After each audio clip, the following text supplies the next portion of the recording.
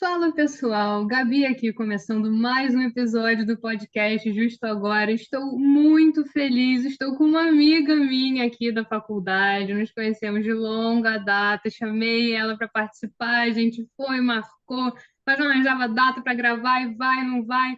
E estamos aqui finalmente, né? Priscila Matias, Pri, né, para os íntimos aí da faculdade. Seja muito bem-vinda, Pri, com muita alegria que eu te recebo aqui. Como é que você está hoje? Vai ser um super episódio, né, que a gente vai gravar. Estou muito feliz.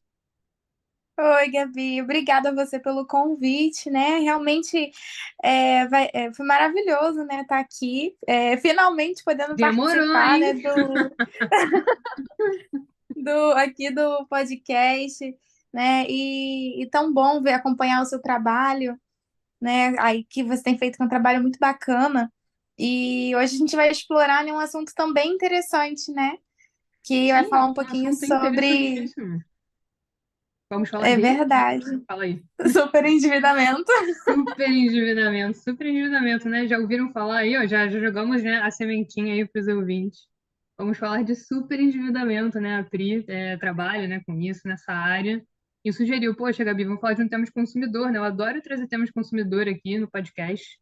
E não ia perder a oportunidade, ainda mais com uma parceria dessas, né? Uma parceria dessas, bicho, né? Não dá para perder a Verdade. oportunidade, né? Então, muito feliz de recebê-la, né, Pri? Sério, muito gratificante, né? A faculdade termina, mas as parcerias aí ficam, né? As O parcerias ficam para a vida, companheirismo, né, com Gabi? certeza, poxa, com certeza. E para quem não conhece a Pri, né, tá vindo aqui também por causa da Pri, pode ser, né? A gente vai colocar aí no seu perfil também o episódio. A Pri é graduada em Direito, né, pela PUC, formou comigo, né, Pri, 2019.2, né? Sim, 2019. 2019, 2019.2.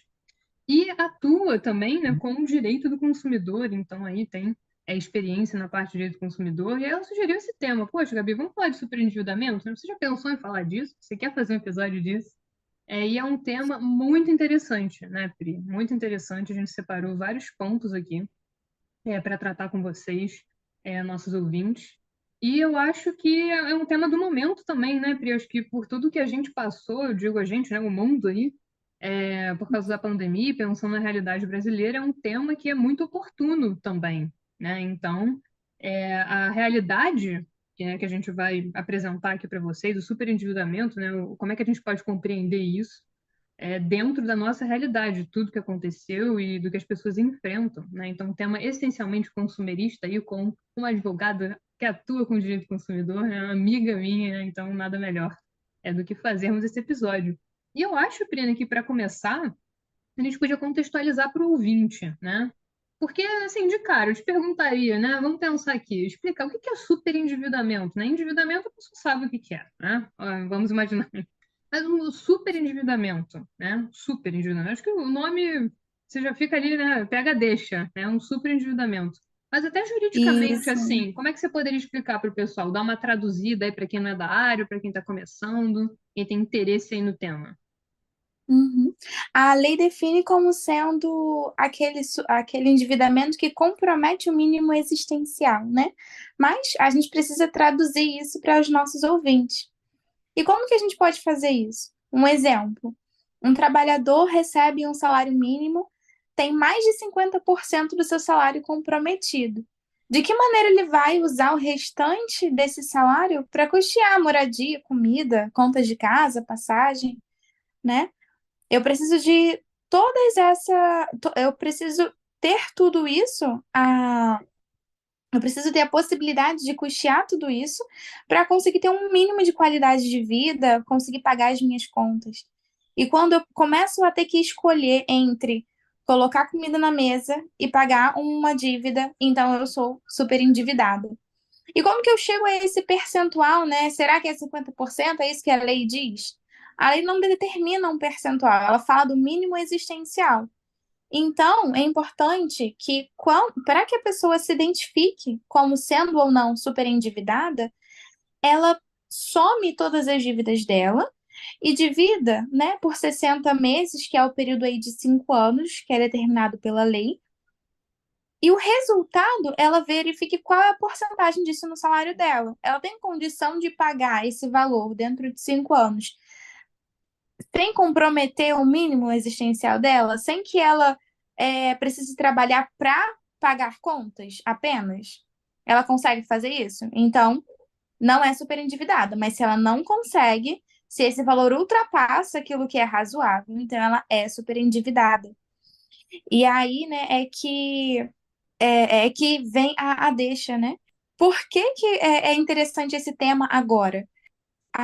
Você falou uma coisa certa, né? É um momento muito propício, porque a gente acabou de atravessar uma pandemia, a economia foi forçada a parar, as pessoas queriam continuar trabalhando, mas em virtude de preservar a saúde pública, né, e de não piorar ainda mais o caos que se transformou o nosso país, né, e todos os lugares do mundo inteiro, com que tiveram que ultrapassar também, né, situação da pandemia, da quarentena.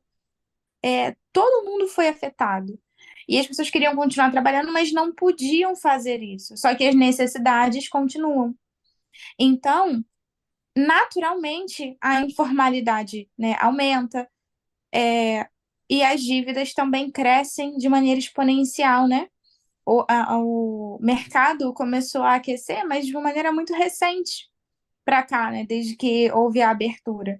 Então, de agora para frente, a gente está passando por um período, entre aspas, aí de transição, de sair desse afogamento de dívidas em que as pessoas acabaram se enfiando ao longo desse tempo. E essa lei do superendividamento, ela dá ao trabalhador, ao superendividado, uma maneira honrosa de sair dessa situação. Ele pode ter um mínimo de dignidade garantido, pelo menos, né, até conseguir se liberar dessa situação que ele acabou, né, aí, se colocando. E isso não significa que ele vai sustentar certos luxos, né? A própria lei destaca que não se trata de preservar bens do tipo carro ou outros bens de garantia real, né? Imóveis. Não é isso. Porque ele pode vender o carro para pagar aquela dívida. Mas ele não consegue deixar de pagar luz, água, né? Não consegue deixar de fazer suas compras de mês. Então, esse mínimo que a lei visa proteger. São essas pessoas que estão em maior situação de vulnerabilidade é que a lei procura salvaguardar. É muito interessante, né, Pri, a gente pensar como a lei ela articula toda uma situação para realmente atuar ali naquela vulnerabilidade, né? Então, o mínimo existencial, que é um conceito muito debatido em direito do consumidor, em responsabilidade civil também, quando a gente pensa em mínimo existencial, exatamente, né? Suas palavras foram perfeitas, né, para definir isso.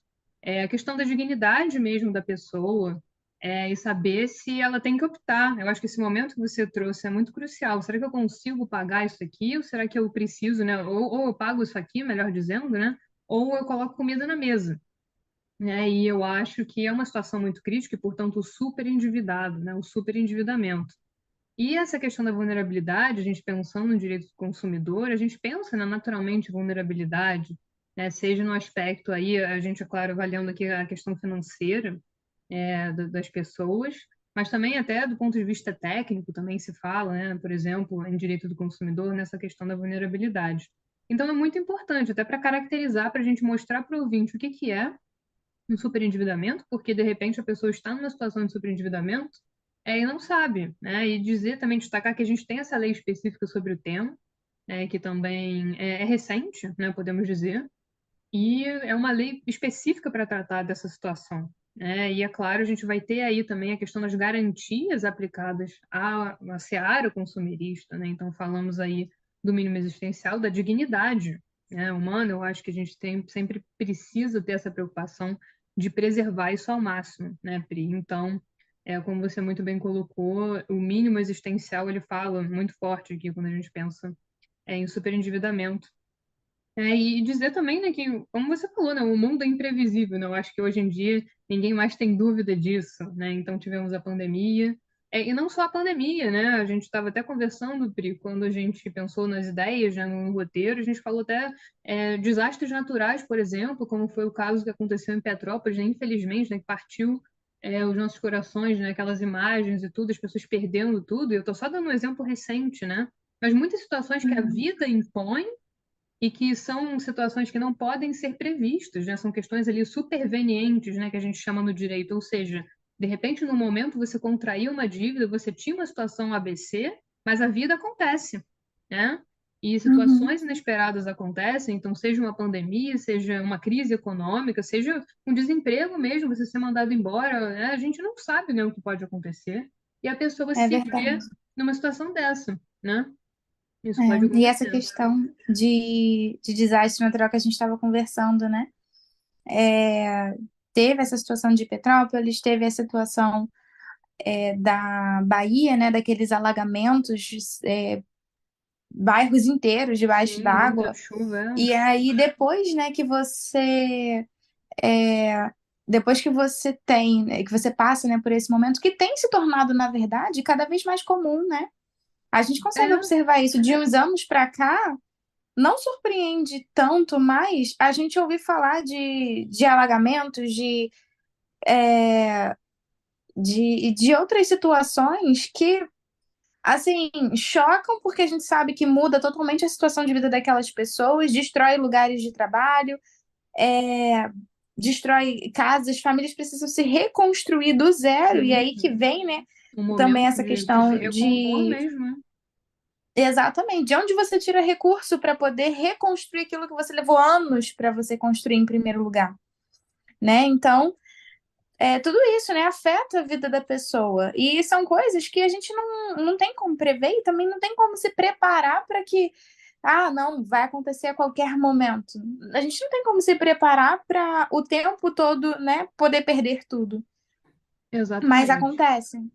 Mas E aí, acontece. né, aí a gente vai para a próxima pergunta, né?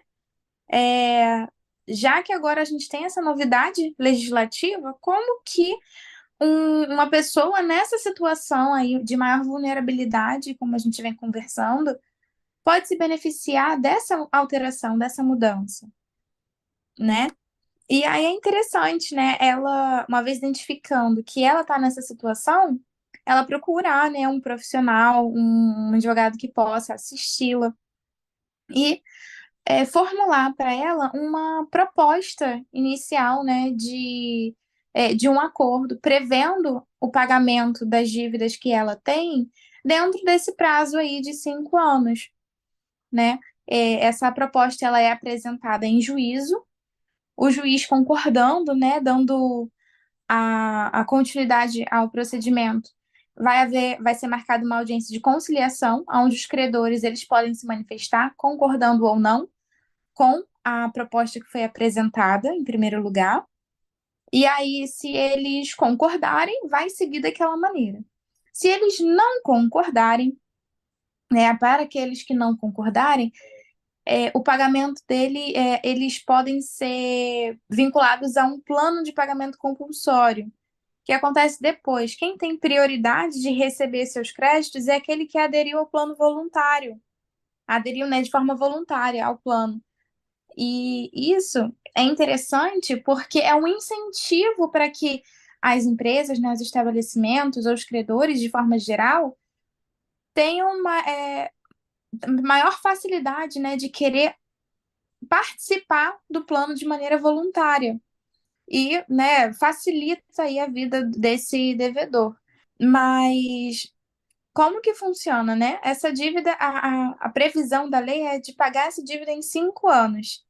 Se você vê que não há condição, né, da pessoa fazer esse pagamento dentro de 5 anos, fica a critério do juiz decidir se ele vai reduzir o valor da dívida e aí, de repente, né, descontar aquilo que seria os juros enfim, juros, né, ao longo desse tempo, ou se ele vai aumentar aí o tempo de pagamento, né, depende de cada caso, né? Mas existe essa possibilidade de reduzir o valor que é devido para que ele fique dentro desses 5 anos. Essa possibilidade existe. E o início do pagamento, quando se trata desse plano compulsório, ele começa depois de 6 meses, né? Então, olha que interessante, a pessoa fica um tempo respirando financeiramente para começar a pagar aquele plano que foi apresentado. E aí, durante esse tempo, ela consegue, né, constituir para ela uma pequena reserva de crédito que talvez ela não tivesse, né? Ela consegue recuperar ali respirar um pouco, né? E recuperar Sim, parte ter da um qualidade tempo de vida. a qualidade de vida. Eu É, acho que é o cerne, né, Pri, a gente parando para pensar. E interessante você falar, já falando aqui, pensando judicialmente, né? Como a gente pode pensar no superendividamento. E a gente estava até conversando, a gente falou que a gente poderia comparar, assim, bem mal comparando, né, com o procedimento falimentar, quando a gente estuda falências, né, na faculdade. É claro que aqui a gente não está uhum, falando de uma pessoa jurídica, né, ou seja, de uma empresa, estamos falando de pessoas, de consumidores, né, então, vulneráveis, claro, e pessoas que estão ali em situação de muita dificuldade, financeira e super endividados, portanto. Então, a ideia é sempre trazer o máximo de garantias, né? O objetivo maior aqui, né? Qual a ideia da lei? É que a pessoa possa quitar a sua dívida sem que a vida pare, né? Em outras palavras. Então, dá essas garantias. E por isso que, né, como a Pri falou, a gente tem um plano de pagamento, a gente vai ter a participação do juiz também, e a avaliação é casuística, né, Pri? A lei, ela estabelece parâmetros, claro, a gente tem dispositivos específicos, mas a solução é a casuística, né? Então, tudo vai ser analisado ali naquele caso, e é interessante analisar mesmo a participação ali de todos. Eu acho que você coloca, você traz o devedor para uma posição, até na relação jurídica ali, perante a dívida, mais próxima dos credores, né? Porque dentro do cenário do direito consumidor existe uma disparidade muito grande, né? Por isso que a gente falou tanto aqui em vulnerabilidade. Então, a partir do momento em que você faz esse plano e que deixamos, né, deixamos claro que a ideia é que é quitar a dívida sempre, né? Mas que a dívida não pode ser quitada jamais às custas da vida daquelas pessoas, daquela pequena reserva que elas possam acumular, né, ao longo do tempo, para ter ali um mínimo existencial, né? Que foi o que a Pri uhum, definiu ali, uma vez que isso. você sabe que você é super endividado, né? Então é interessante a gente pensar até, seria uma falência, né? Assim, traduzindo para uma pessoa, Uhum. o que é o super endividado? É uma pessoa que faliu, né? Assim, muito mal É, comparando, né? Muito mal comparando. isso. Mal comparando, né? Verdade, mas é uma comparação até um pouco interessante, né? Porque se a gente for avaliar a situação da pessoa, é isso, né? Ela contraiu dívidas que ela não tem condição de pagar, que ao longo do tempo, né? Já que ela não tem condição de pagar aquela dívida pode praticamente, né, continuar com ela durante anos e anos, e ela continua naquela situação ali entre aspas, miserabilidade, né? Vivendo com um mínimo, deixando as dívidas em aberto e não conseguindo cumprir com as suas responsabilidades, né, com as suas obrigações, e fica ali, né, passando por esse constrangimento, né, e talvez não veja uma luz no fim do túnel, porque a gente sabe que os juros são altos, a gente sabe que conforme o tempo vai passando, outras necessidades surgem, então às vezes aquela dívida que ela contraiu lá atrás, amanhã ela pode ter outra necessidade e aí depois não vai conseguir cumprir essa necessidade porque Sim, ainda está carregando aquele peso que é uma parece que bola de não tem neve, mais né? fim, é uma bola de neve. E aí é interessante essa comparação, né, até. Porque na vida dela é como se ela tivesse, né, ela falido nessa situação, né? Então, por isso que congela ali, né? Tem a possibilidade de congelar a dívida durante um tempo, tem a possibilidade de reduzir o valor que é devido, a possibilidade dela definir planos, né, de pagamento, para que ela consiga sair dessa situação e voltar, né, a ter um oxigênio ali em sentido financeiro. Então, um outro ponto, né, também que você mencionou, né, da pessoa que, de forma honesta, né, contraiu essas dívidas, nesse ponto a gente traz aqui na ideia a boa-fé, né, da pessoa que passou pela situação, né, com dificuldade, que não agiu na intenção de deixar aquele pagamento em aberto, né, que é diferente de uma pessoa que se aproveita de uma situação para provocar ali, produzir uma fraude, e daquele que realmente foi vítima das circunstâncias, né? Que não Sim, teve ali a sim. condição de escolher diferente, porque ele se viu inserido no meio de uma confusão, de um imprevisto, né? Que Pode é. acontecer, né? Pode acontecer, a gente não sabe. E eu acho que ainda existe uma ideia, né, Pri, que esse ponto que você trouxe é bem interessante. Uma ideia de que a pessoa, de repente, super endividada, uma pessoa que não conseguiu, né, gerir ali seus recursos, que teve algum problema, ou que foi comprando, né, contraindo dívida atrás de dívida, mas às vezes não é assim, né? Então, é que acontece, por isso que é importante a gente pensar em soluções casuísticas, né? E analisar direitinho cada caso concreto e, sem dúvida, a boa-fé, o comportamento ali da pessoa, né, naquela situação vai ser levado em consideração, né? Então, Uhum, como você falou, às vezes é vítima das circunstâncias, né? E o mundo está aí sim. para nos mostrar isso dia após dia, né? Então, é interessante fazer esse destaque. E outra coisa que eu achei bem legal também, até falando um pouco da lei, é essa questão do credor que adere, né, voluntariamente ali aquele plano de pagamento, ele tem benefícios, né? Então, estimular uma cooperação aqui, até judicialmente falando mesmo, né? Então, o objetivo maior, qual o ponto aqui? O que que a gente está querendo? A gente quer mais é que todos, né, se entendam ali que a dívida seja quitada. O credor ele tem interesse em receber e o devedor, ao fazer esse plano, né, dentro aí da estrutura do superendividamento, ele mostra também, né, que há um desejo ali de quitar aquela obrigação.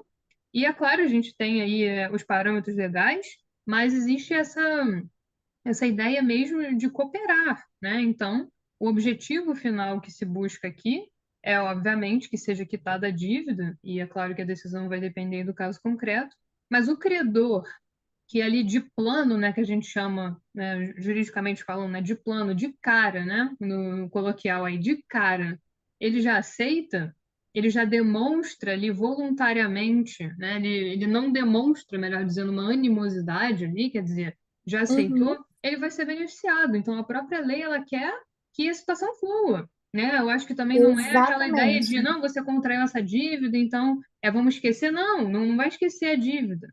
Eu acho que é trazer para essas pessoas que foram colocadas nessa situação essa garantia de que, olha, vocês vão quitar a dívida, mas vocês precisam sobreviver. Vocês precisam de um tempo para se reerguer, né? Voltando aqui aos desastres naturais que acontecem. Então, Uhum, isso, isso. isso pode acontecer, né? Então, a lei, mais uma E vez, essa. aí mostrando a cooperação, a importância, né, da cooperação, da boa vontade, né? Até Assim, coloquialmente incentivando, falando, da né? boa vontade, né? Você tá ali em juízo, tem um processo, tá todo mundo, né? Ninguém gosta disso, né? Claro que existe uma tensão, não é algo agradável, mas se você já vai com aquela ideia, não, tudo bem, então vamos conversar, né? Vou aderir aqui a esse plano, você enquanto criador, né? Você adere ao plano, eu acho que isso já demonstra aí de cara que existe essa vontade de que flua, né? De que aconteça tudo certinho. Sim. E é interessante, né? Eu vou até destacar, né, porque essa lei, né, do superendividamento, ela veio alterando aí o Código do Consumidor, né? Aqui no artigo 104b, parágrafo 4 que vem falando um pouquinho sobre. No artigo 104b fala, né, um pouquinho sobre a possibilidade de não haver êxito, né, na conciliação, e o parágrafo 4 traz que o pagamento, o plano judicial compulsório, olha só que interessante, ele prevê, né, a liquidação total, né, da dívida, mas com a primeira parcela, dentro do prazo de 5 anos, sendo que a primeira parcela é devida no prazo máximo aí de 180 dias contados da homologação judicial. Ou seja, né, a gente já sabe que o processo ele tem ali um tempo, né, de demora. E o prazo para pagamento da primeira parcela, ele conta a partir da homologação judicial, né? Então, é um procedimento que ele inevitavelmente concede ao consumidor um tempo razoável ali para que ele consiga iniciar esse pagamento. E a prioridade de pagamento é de quem aderiu ao plano de maneira voluntária. E daí vem né, essa questão toda da boa vontade, né? Da boa Incentivando a boa vontade, a vontade. gente vai criar, né? A gente está aqui brincando, mas traduzindo para vocês, né? Porque, obviamente, não existe o princípio da boa vontade. Deveria, né, Pri? Deveria. Muito se fala em boa fé, no sentido Uhum, subjetivo, boa-fé objetiva, né? A gente faz as distinções, aprende a teoria, mas o princípio da boa vontade, né? Estamos criando hoje, né? Na data dessa gravação, é o princípio da boa vontade, mas brincadeiras à parte é isso mesmo, né? É isso que a lei está nos dizendo. E para quem não sabe, né, uma homologação é quando o juiz valida aquilo ali, né? Entre aspas, muitas aspas aqui.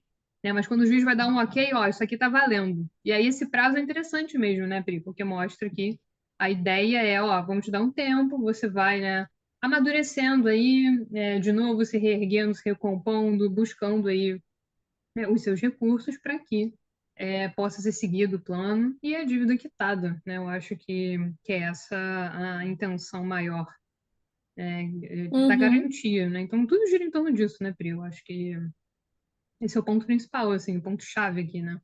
E aí, para finalizar, né, esse ponto aqui que a gente vem comentando, é interessante que a lei ela tem o objetivo de proteger a dignidade do superendividado, né? Então, não faz sentido, né, não cobre, né? A gente até já comentou isso aqui antes, não cobre bem de garantia real, mas não cobre o quê, né? Por exemplo, um carro é um bem de luxo, não é considerado bem essencial.